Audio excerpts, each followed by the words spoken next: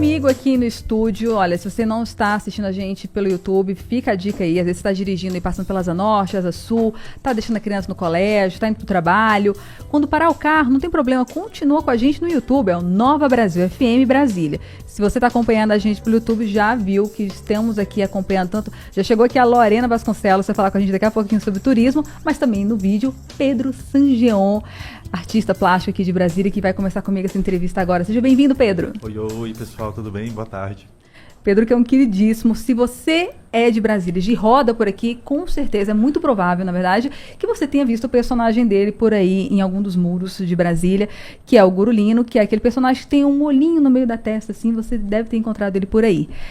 Mas não é só ele que o Pedro tem, assim, eu sou super fã do trabalho do Pedro, acompanho há muito tempo, ele tem vários, tem o Cuca, tem Mestre Cuca, tem vários personagens. Pedro, conta um pouquinho do seu trabalho pra gente, como é que começou, os personagens foram surgindo todos de uma vez, ou não, foi um de cada vez foi surgindo, aí foi agregando aquela turma, o Lino chegou, o Gurulino chegou com o Gurulino ou não? Como é que foi esse processo criativo? Olha, é muito legal, porque o Gurulino, ele é um trabalho de mídia, assim, né? Ele é um trabalho de comunicação com a cidade, assim, mais que nada. Então, através do desenho, eu tento conversar com a massa, assim, com esse raciocínio gigante da cidade, pegar o feedback, ir ajustando o personagem. Então, é uma conversa. E ele está tanto na rua, né, nos muros, como ele está na internet também. E a forma de funcionar é bem parecida. A coisa do Instagram, de fazer os posts e as pessoas darem likes e comentarem e compartilharem, é muito similar com o que acontece na rua. As pessoas precisam passar no mural, elas gostam, elas tiram foto, elas mandam para alguém, falam, vamos lá passar naquele lugar, naquele post que eu gostei, e aí a pessoa mostra, compartilha. Então, assim, é similar, só que você usa mais o corpo, né, do que o outro, que você usa mais os dedos, né, e compartilha.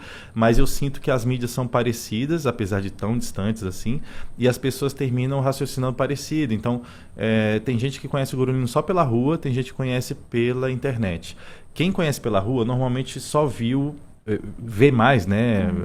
Acho que 90% do que está na rua é o Guru, que é um dos personagens, né? Que é esse personagem que tem esse terceiro olho, que é um personagem que representa um pouco os clichês místicos de todo brasiliense, porque a gente vive nesse lugar, né? Que é uma cidade moderna, com o centro do poder do país, político e tal, não sei o quê. Só que a gente está dentro de uma área que tem Alto Paraíso, tem a Chapada, congrega todas as religiões e grupos místicos do Brasil, assim, se acha de tudo, né? Eu de pequeno falava pra minha mãe, que a minha mãe é super bruxona, mística, ela me levava em tudo, e parecia um supermercado, assim, espiritual, assim, de espiritualidades, né? Então, o Gurulino, ele é um pouco um clichê do que a gente, sendo, né, gostando de espiritualidade ou não, a gente se mistura e convive, né? Então, o Guru é um personagem, o Lino é outro personagem, que é o nosso raciocínio mais cotidiano, do dia a dia, tal. Eu me identifico muito com o Lino, né? E todos os outros personagens... Para mim, o Lino é o personagem principal, né? Que é a pessoa... Esse raciocínio mais comum que a gente tem do dia a dia, de resolver as coisas na superfície. E o Guru, o Amadá, o Besta Fera, o Mestre Cuca, o Jazz, são vários personagens que são espécies de avatarezinhos que o Lino vai pescando dentro da consciência dele e vai conversando. E quando ele conversa, esses personagens se manifestam. Então, cada um traz uma informação diferente, mas é uma conversa interior, é uma conversa de você com você mesmo. É quando a gente tem essas palas e fica pensando com a gente mesmo, fica com o olho vidrado em alguma coisa, e a pessoa fala, você tá dormindo, foi embora? Aí você fala, não, tava aqui com os meus pensamentos. É mais ou menos isso, os personagens. E muitos desses pensamentos vêm um pouco da sua história. Eu sou apaixonada também pela sua história. Assim, você fez de tudo um pouco. Já andou, essas suas andanças, assim, a gente já ficou sem casa um tempão andando. Conta um pouquinho Eu tenho uma panturrilha avantajado.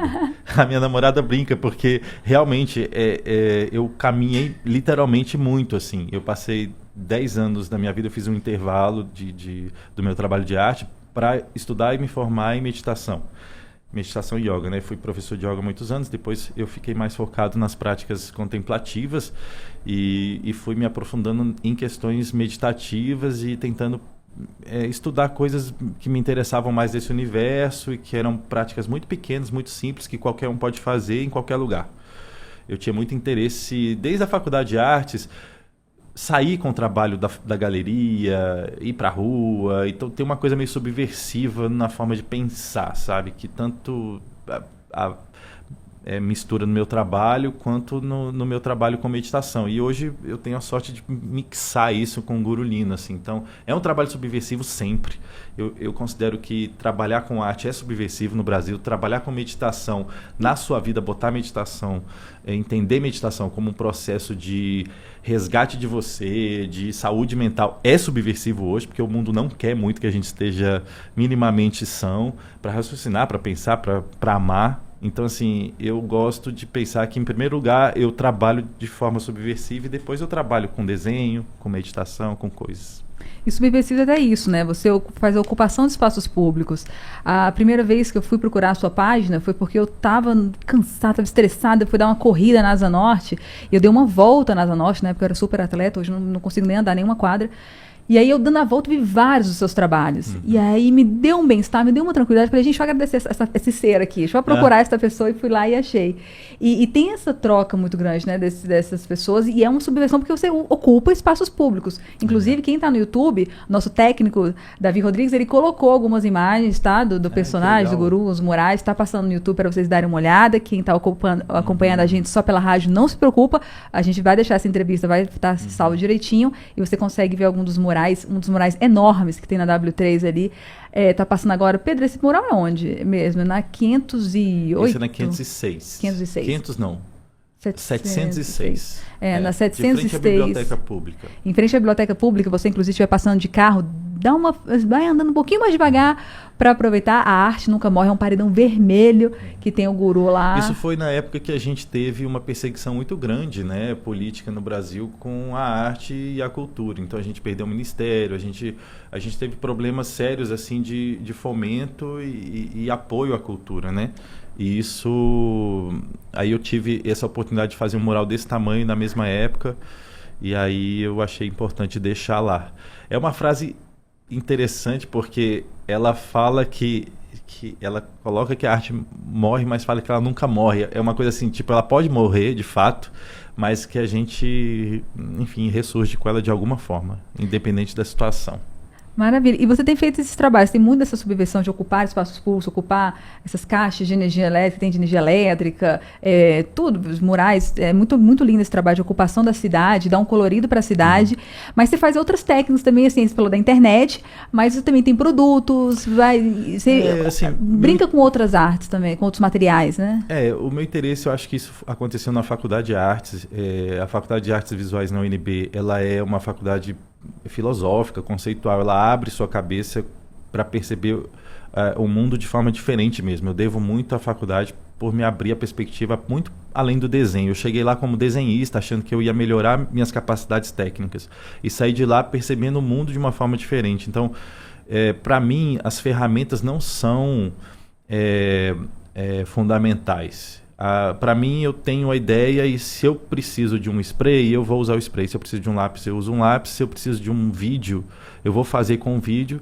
Se eu posso falar o que eu quero na rádio, eu vou falar na rádio, né? Eu venho aqui como se eu estivesse desenhando, assim, porque para mim é a mesma superfície. Eu estou sempre falando a mesma coisa e usando ferramentas diferentes. Então, o meu interesse artístico, ele independe da ferramenta. Eu tenho amigos que são exímios no instrumento que usam, né? Tem colegas no grafite que são virtuosos assim, na arte de usar a lata de spray, as técnicas. Então, eles gostam dessa relação que eles têm com o material, como os meus amigos músicos, com seus instrumentos. Mas para mim isso nunca me tocou. Eu achava que isso era fundamental uma época, depois eu pensei, gente, minha forma de raciocinar arte é muito diferente. Eu preciso agregar pessoas, pensamentos, e uso qualquer ferramenta que seja. Hoje eu uso a tirinha, eu faço tirinha no Instagram, eu faço tirinha no jornal, eu faço os murais na rua, eu faço produtos dos personagens. Estou fazendo agora o Gurulino Home, que é uma versão independente e micro, uma brincadeira, uma sátira com essas lojas gigantescas que fazem coisas para casa, e muitas vezes você entra lá, tudo muito caro e muito feio, e eu falo, gente, eu vou fazer produtos muito lindos aqui de forma independente para as pessoas poderem ter em casa, que eles são tanto para decorar, mas são úteis também, né? Como eu acredito que os murais sejam. As pessoas me contratam para fazer mural em casa, para embelezar, mas também para criar uma atmosfera, para que elas possam viver melhor. Eu acho que a questão muito é qualidade de vida e eu penso muito nisso. Eu até oriento a pessoa a escolher uma paleta de cor melhor. Eu fico pensando que, bom, eu explico para ela, olha, eu não vou estar aqui amanhã, você vai estar, né? Eu vou ver o mural hoje, quando você vê na rua, você passa e vê rápido. Então, as cores muito fortes, muito vibrantes, uma imagem muito forte, ela é boa para você ver uma vez, duas, três. Depois de uma semana vendo aquilo, se você está fazendo um mural no seu quarto, na sua sala, você precisa de umas cores mais pastéis, o mural precisa desaparecer em algum momento. Então, eu vou orientando a pessoa para que ela também utilize do meu conhecimento para fazer uma coisa que ela quer, mas que a casa dela ganhe qualidade de vida, né? Acho que é mais isso. E tem uma construção conjunta, né? Acho que quando você lógico, tem um trabalho autoral que você decide que vai fazer do jeito que quer, do material que quer, mas tem essa, como é que é essa construção conjunta também com esses clientes, né? Você teve, por exemplo, mural na ONU, tem os outros clientes que pedem uma mensagem, mas tem um pouquinho de você, mas tem um pouquinho do cliente. Como é que é essa construção? Para que alguém que vai te contratar, como é que você tem esse diálogo? É muito diferente entre murais particulares para pessoas avulsas, vamos colocar assim, né? Para os seguidores, clientes e tal, e para empresas muito grandes. Eu tive o prazer enorme, a satisfação de vida ano passado, final do ano passado, a ONU me chamar para representar, para ser o representante, como artista, né, representante deles, do que eles queriam falar sobre o que é para eles as ODSs e os 77 anos da ONU. Para mim foi tipo uma realização de vida, porque eu nunca nem pensava que isso fosse possível, mas quando eu entendi o que era, né, o que são as ODSs, o que é que a ONU faz em direção a isso, que é tipo assim a pérola preciosa deles, que envolve muitas gerações de pessoas lutando para que isso aconteça e mediando, né, para que isso calibre o mundo e a sobrevivência dos seres humanos na Terra, né, com as ODSs. Eu pensei, gente, eu não mandei um portfólio para eles, eu não ofereci nada para eles, eles simplesmente, o que eles viram, o que eles conheceram aleatoriamente, espontaneamente do personagem, tanto na internet quanto na rua, eles falaram, é isso que vai representar melhor. Isso para mim é uma satisfação enorme de que o que eu quero transmitir com esse desenho está acontecendo na direção correta. Então, assim, aí os convites são assim, eu sempre peço um briefing que me serve para me inspirar a desenhar. Eu tendo sempre a dizer sobre isso, porque as pessoas estão acostumadas com a publicidade, o marketing, que o cliente passa o briefing e ele vai comandando tudo ali, né? E os designers sempre passam apertos publicitários e tal. E eu tendo a falar que, bom, meu trabalho é autoral, eu vou super te escutar, eu quero super te escutar, você vai me fazer Aí eu tenho todo um jeito de fazer, né? Então, tem um brainstorm, que o cliente vai falar um montão de coisas, não só sobre artes visuais, mas também sobre o que ele gosta de escutar, música, o que inspira ele, não sei o que. Eu quero referência de várias áreas e com aquilo eu vou tirar uma espécie de alminha ali e aquilo vai virar um gurulino, né? Porque o gurulino, na verdade, é uma espécie de alminha de cada um.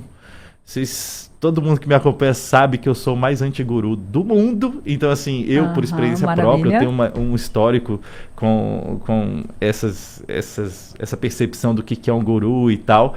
E o gurulino, ele é uma ode ao guru interno, que você tem seu próprio guru, todo mundo tem, e que você precisa conversar mais com ele. Honrar os professores, né, que ensinam pra gente, enfim, diferentes formas de fazer isso, mas nunca deixar de valorizar seu próprio guru. Então, eu tento buscar isso do cliente também, que ele fale um pouco da essência do que ele quer e pescar ali, decantar ali uma alminha e botar no mural dele, assim. Sensacional. Pedro, para quem quiser conhecer mais sobre o seu trabalho, porque às vezes tem isso, as pessoas só conhecem na rua, não conhecem em outras redes, não sabem onde encontrar também. Onde está o Guru Shop, o Guru Casa? Dá o perfil na rede social. Olha, é muito legal que, assim, essa semana, bom, agora está acabando a semana, mas a gente está tô fechando um estúdio novo, ali na 216 Norte. Pertinho da minha casa. E perto do Olhos d'Água, perto de vários amigos da área cultural. O Ops está lá também, com o lugarzinho dele, aquela feira maravilhosa que tem no final de semana. Então, assim, a gente vai juntar ali, aquilo vai crescer como ponto cultural da cidade. Ali eu vou ter o meu estúdio e o ponto também de vendas dos produtinhos, né? As pessoas podem entrar em contato e a gente vai estar conversando. Normalmente eu respondo pelo Instagram. O Instagram hoje é a plataforma, ainda que o Instagram está me batendo bastante. O Instagram está desse jeito, que ninguém gosta direito. Não alcança as pessoas mais como alcançava. Mas eu continuo fornecendo gentilmente meu produto original, autêntico, gratuitamente para o Instagram e espero a colaboração de vocês, porque é isso, a gente oferece trabalho grátis para o Instagram todo dia, original e tal, e ele boicota a gente lá de algum jeito, mas o meu público é muito massa, sabe? Eu tenho muito a agradecer, porque o Gurulino realmente ele não é meu mais, ele é tipo uma coisa minha da cidade e o pessoal me apoia bastante. Então, é pelo Instagram, pela DM. É @Gurulino. É o @Gurulino. O @Gurulino é o principal. De lá, se a coisa vai caminhando, dependendo da necessidade, aí a gente vai pelo WhatsApp. Do WhatsApp a gente vai para um café e a gente vai fechando os projetos de acordo com a proporção deles. Maravilha, Pedro.